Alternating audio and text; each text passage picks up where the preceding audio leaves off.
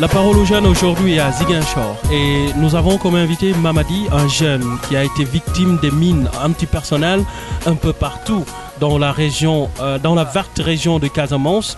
On rencontre des endroits où il y a énormément de ces mines qui sont tout le temps enfouies dans les terres. Nous allons discuter de ça, mais nous allons également discuter de ce calvaire que ce jeune a eu à vivre avec cette difficulté-là des mines antipersonnelles. Mamadi, comment vous allez? Ça va bien. Est-ce que vous pouvez vous présenter? Moi, c'est Mamadi Gassama, je suis l'administrateur financier de l'Association sénégalaise des victimes de mines. Et comme il faut le reconnaître, c'est une association qui regroupe l'ensemble des victimes de mines du Sénégal. Et on parle du Sénégal et on est basé à Casamance, à Ziguinchor, parce que tout simplement la problématique mine, c'est à Ziguinchor. Est-ce que vous pouvez un peu revenir sur votre histoire, vous, votre propre histoire? Qu'est-ce qui s'est passé? Où est-ce que vous étiez? Vous étiez là-bas au mauvais moment et au mauvais endroit? Je sais que ça va être dur de raconter, mais est-ce que vous pouvez partager ça avec nous? Bon, je pense que c'est toujours important de contribuer à la sensibilisation des personnes pour dire qu'avec mon histoire, il apparaît tout simplement que les mines peuvent être partout. Parce que moi, j'ai eu à sauter sur une mine à l'âge de 14 ans. Dans le quartier Grand Dakar, tout le monde sait que c'est en ville, c'est sur la route qui va à l'hôpital et près du pharmacie Nemo. Là, parce qu'il y avait une pancarte et j'étais là-bas en train de lire avec tous les gens du quartier. Et c'est après la lecture de cette pancarte-là, en rentrant, que j'ai eu à sauter sur la mine. Et j'ai été évacué à l'hôpital où j'ai fait 3 mois parce que c'était la veille, le 23 mai, la veille des entrées en 6e, j'ai eu à passer mon entrée en 6e à l'hôpital. Et là, présentement, je fais un master en gestion de projet. Et depuis, vous avez décidé d'être dans une structure, une association. Qu'est-ce qui se passe réellement dans cette association dont vous êtes le directeur financier? Vous avez dit? Oui, en fait, qu'est-ce qui se passe? En fait, vers les années 98, il y avait eu plus de victimes. Si on regarde la courbe, c'est là où nous avons enregistré plus de victimes. Pendant cette période-là, on s'est rendu compte que vraiment les choses n'allaient pas. Parce que moi, j'ai eu à sauter sur une mine. Je peux dire que je n'ai pas payé beaucoup de choses.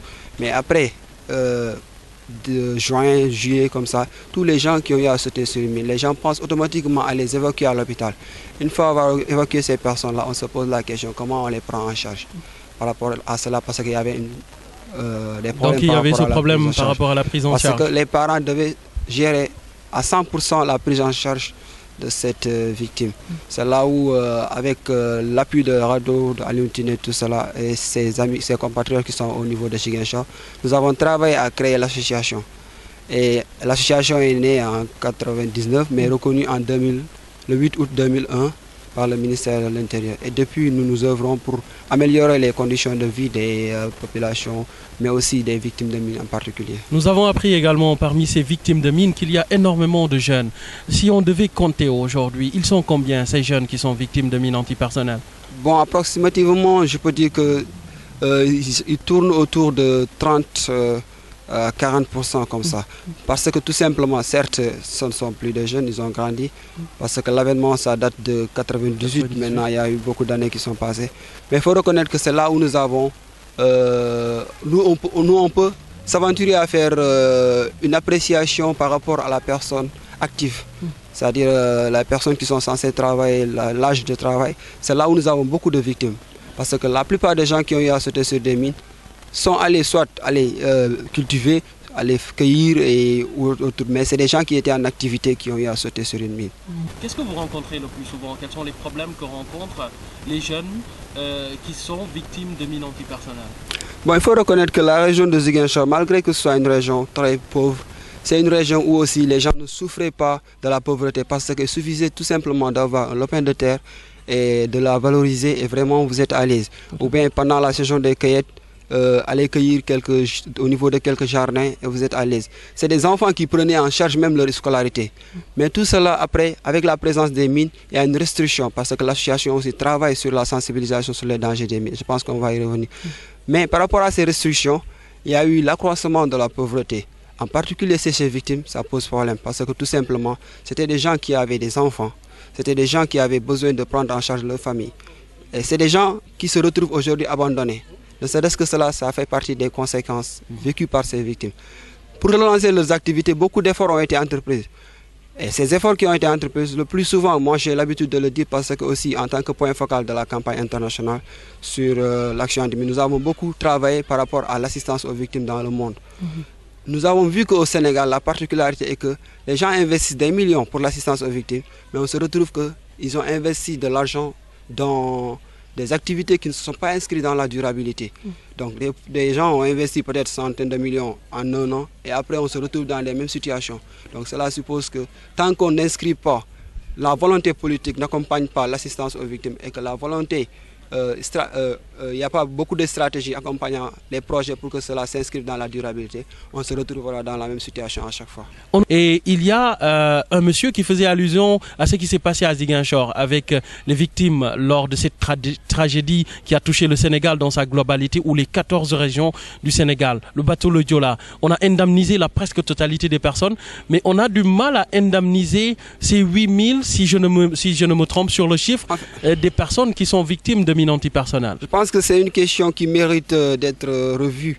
Je pense que aussi je ne peux pas l'appeler une injustice parce que tout simplement je peux dire que peut-être que les autorités sénégalaises ont vraiment pas eu la chance d'être sensibilisées et aujourd'hui le Sénégal est en déphasage même par rapport à la communauté internationale dans la mesure où aujourd'hui le Sénégal est signataire de la Convention d'Ottawa.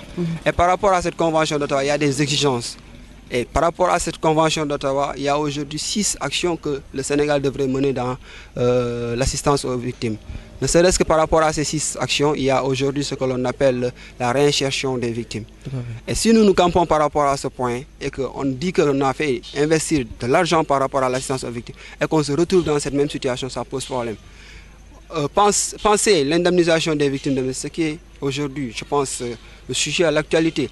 Parce que vous avez parlé sûrement des cas du bateau Le Joola. Nous avons tous subi cela. Nous avons eu dans nos familles des personnes qui ont eu à vraiment sauter sur des mines. Aujourd'hui, nous ne sommes que 800 victimes. Et par rapport à ces 800 victimes, il y a les victimes militaires. Parce que c'est ces 800 victimes... Et on commence à les compter aussi en nombre crescendo, les militaires. Les militaires. Donc c'est le global qui fait 800 victimes. Ok. Donc par rapport à ces 800 victimes, il y a eu des interpellations parce que nous, l'association, nous prenons en compte les victimes du premier degré et du second degré. Un père de famille qui saute sur une mine, imaginez les enfants qui sont là-bas. C'est pourquoi aujourd'hui, nous avons l'habitude de dire que il ne faut pas que le Sénégal se glorifie à dire que nous n'avons que 800 victimes, nous pouvons régler cela, il n'y a pas de problème. À chaque victime, imagine un père de famille qui a 6 enfants, il se retrouve avec combien de victimes? Tout à fait. Donc c'est les enfants qui devraient abandonner l'école et tout. Donc on peut dire que par exemple, si vous appréciez vraiment à faire proportionnellement, on peut se retrouver avec 10 000 victimes. 10 000 victimes. Ou bien toute la Casamance est victime du troisième degré. Donc par rapport à cela, aujourd'hui, les victimes qui devraient être indemnisées, aujourd'hui, parler de l'indemnisation, je peux dire qu'aujourd'hui, on peut directement penser aux victimes qui sont impliquées par rapport aux accidents. Et on se retrouvera avec un nombre restreint. Mais le Sénégal a toujours du mal à gérer cela et cela est alarmant dans la mesure où aujourd'hui, je me dis qu'on devrait procéder à l'indemnisation des victimes. Des victimes. Votre dernier mot serait quoi? Nous arrivons au terme de notre émission. C'est d'inviter le Sénégal à être en phase avec leur approche, surtout le nouveau gouvernement qui est là. Je pense qu'on ne peut pas commettre les mêmes erreurs dans la mesure où aujourd'hui on parle d'indemnisation des militaires. Nous sommes très contents de cela et je pense que c'est des gens qui devraient vraiment être indemnisés. Mais aussi qu'on pense aux victimes du second, civil. Parce que n'ayant jamais pris part à ce conflit, et je pense qu'aujourd'hui c'est une injustice si on regarde vraiment les choses, comment ça évolue. C'est une injustice si on regarde les choses, comment elles évoluent. C'était votre émission, La Parole aux Jeunes, ici à Ziguinchor. Nous allons vous donner rendez-vous la semaine prochaine avec un autre leader, avec un autre jeune, peut-être dans une autre région. Ciao, ciao, ciao.